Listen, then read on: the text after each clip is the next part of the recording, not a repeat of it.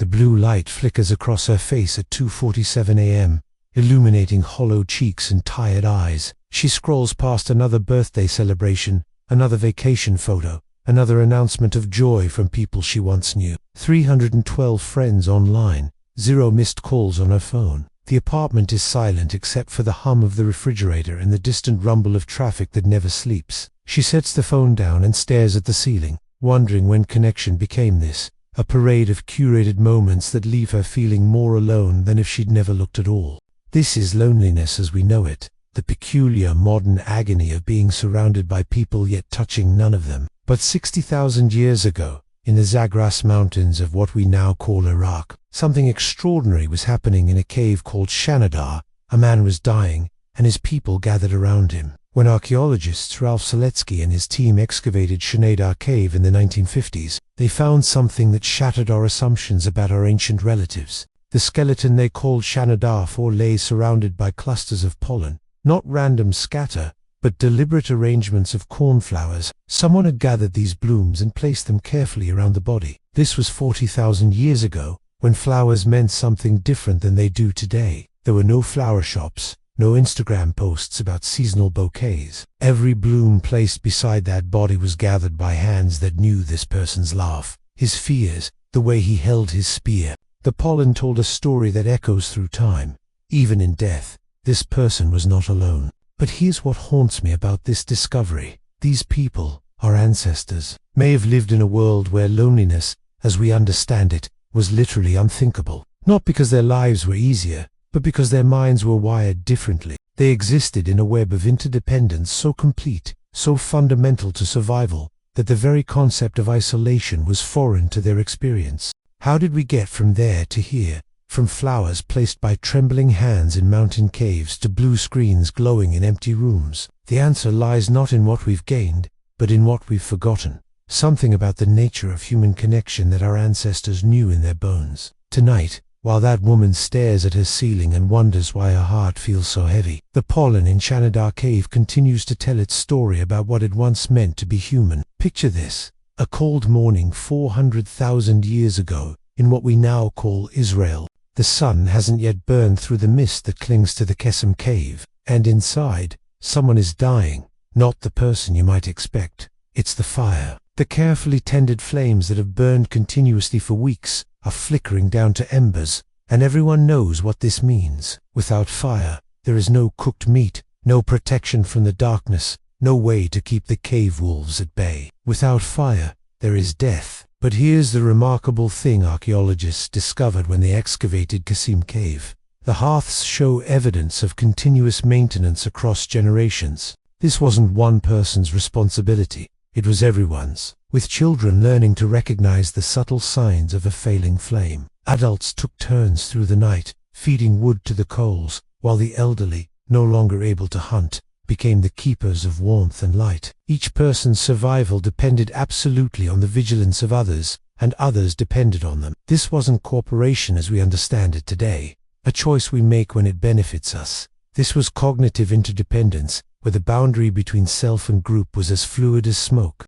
300,000 years ago in Germany, our ancestors were crafting wooden spears at a site called These weren't simple pointed sticks, but sophisticated hunting weapons, each one balanced and weighted with the precision of modern javelins. But here's what's extraordinary. Creating these spears required knowledge that no single person could possess. Someone had to know which trees produced the right wood. Someone else had to understand the physics of flight. Another person needed to master the delicate art of fire-hardening points. The spears themselves tell us that these early humans hunted in coordinated groups, targeting massive horses and other large game that could feed dozens of people. One person could not bring down a horse. 5 people could not bring down a horse, but 20 people, working with the precision of a symphony orchestra, could feed their entire community for weeks. Every hunt was a masterpiece of human cooperation, every meal a testament to collective intelligence.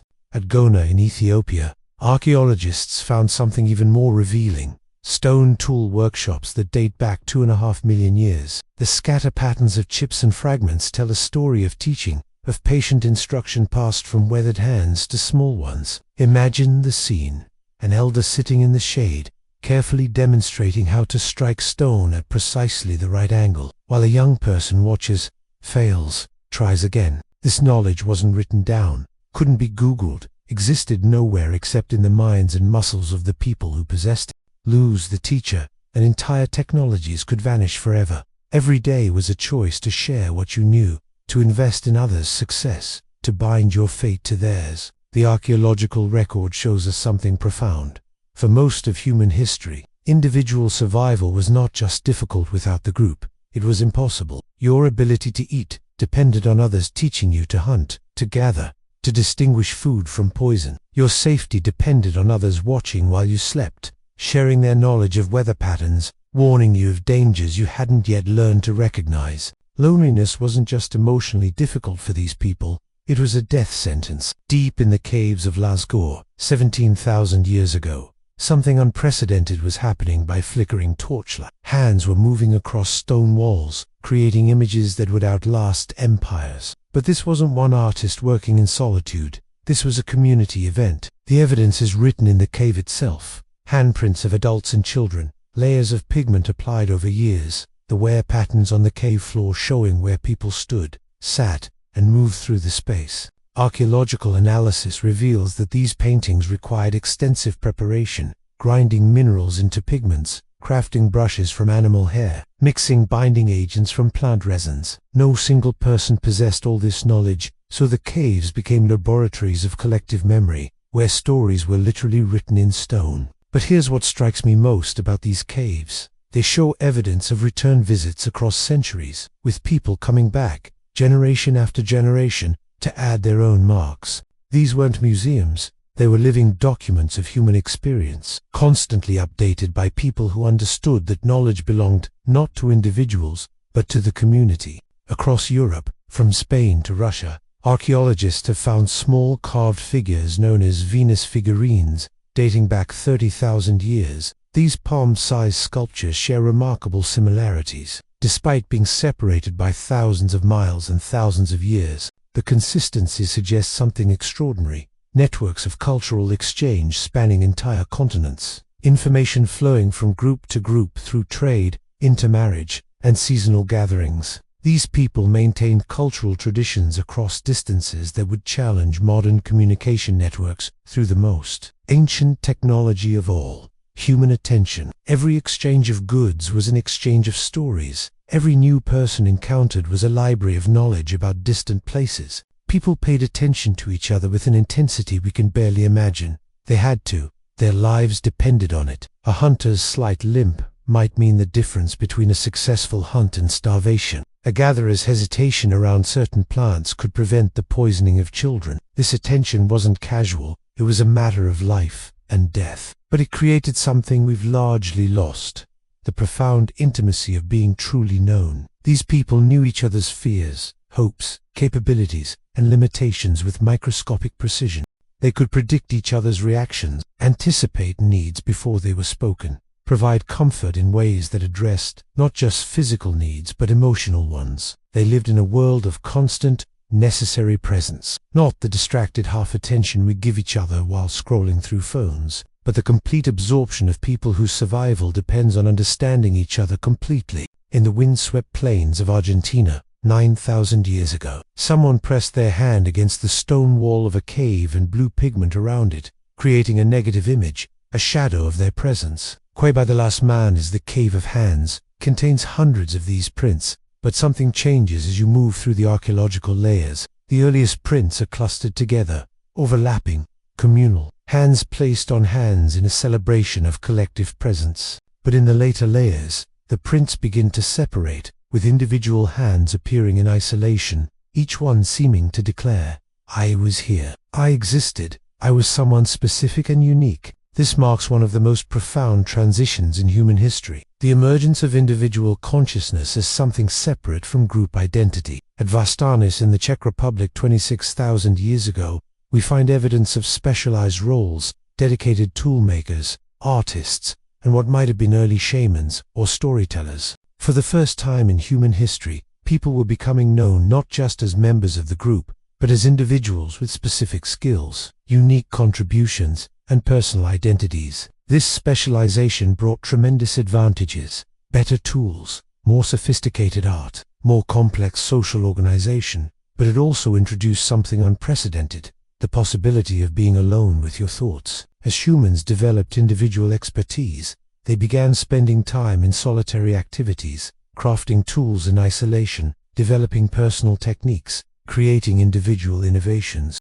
For the first time, human minds had space to contemplate themselves as separate entities. The agricultural revolution, beginning around 12,000 years ago, accelerated this transformation with sites like Göbekli Tepe, revealing complex hierarchical societies. Archaeological evidence from early Neolithic villages shows increasing social stratification, some people buried with elaborate goods, others with almost nothing. Individual identity became tied to personal possessions, individual achievements, and social status. The intimate interdependence of small hunting groups gave way to more complex but more distant social relationships. You no longer knew everyone in your community personally. There were too many people, too many specialized roles, too many layers of social organization. The cognitive space for loneliness was born. For the first time in human history, it became possible to be surrounded by people yet feel fundamentally alone. This wasn't a failure of progress. It was an inevitable consequence of success. As human societies grew more complex, more capable, more sophisticated, they necessarily became less intimate. But here's what the archaeologists found in the Atapuerca Mountains of Spain that changes everything. A 400,000-year-old skeleton of a child with severe cranial deformities. This child lived for years, maybe decades, cared for by people who gained nothing from keeping him alive, except the knowledge that he was one of them. The bones tell a story that echoes through every human settlement archaeologists have ever excavated. We have always cared for each other, not because it was efficient, not because it was logical, but because something in our fundamental nature recognizes the sacred worth of each individual life. This isn't learned behavior, it's written in our DNA, carved into our neural pathways by millions of years of evolution. Modern neuroscience confirms what our ancestors knew intuitively.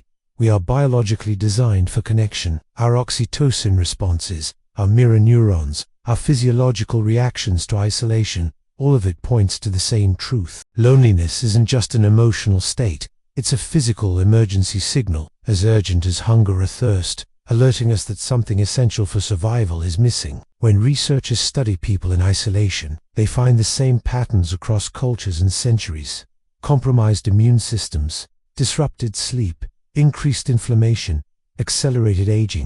Our bodies still carry the memory of interdependence, still respond to solitude as if it were a threat to survival, because for most of human history, it was. The archaeological record shows us something remarkable. In every culture, in every time period, in every corner of the world where humans have lived, we find evidence of communal meals. This wasn't just about nutrition, it was about affirming relationship, strengthening bonds, creating the daily rituals that reminded people they belonged to something larger than themselves. Even today, research shows that people who eat meals together have better mental health, stronger social connections, and greater life satisfaction than those who eat alone. The ancient practice of storytelling, found in every human culture without exception, served a purpose beyond entertainment, transmitting values, emotional intelligence, and social cohesion. When we tell stories to each other face to face, our brains synchronize, our heart rates align, our stress hormones decrease.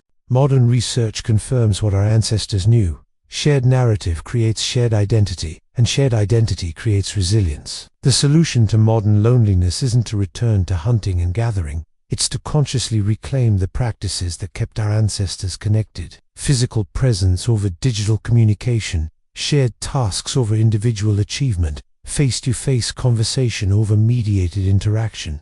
The deliberate choice to need others, and allow others to need us. But perhaps most importantly, we need to remember what that woman staring at her ceiling at 2:47 a.m. has forgotten. Loneliness isn't a personal failure or a character flaw. It's a signal that we've drifted from our fundamental nature as interconnected beings. The ache she feels isn't weakness. It's her humanity calling her back to what she was designed for. The flowers placed around that Neanderthal in Shanidar Cave weren't just a burial ritual. They were a declaration that this person mattered. 40,000 years later, That message still reaches us across the vast expanse of time and change. We are not meant to be alone. We never were.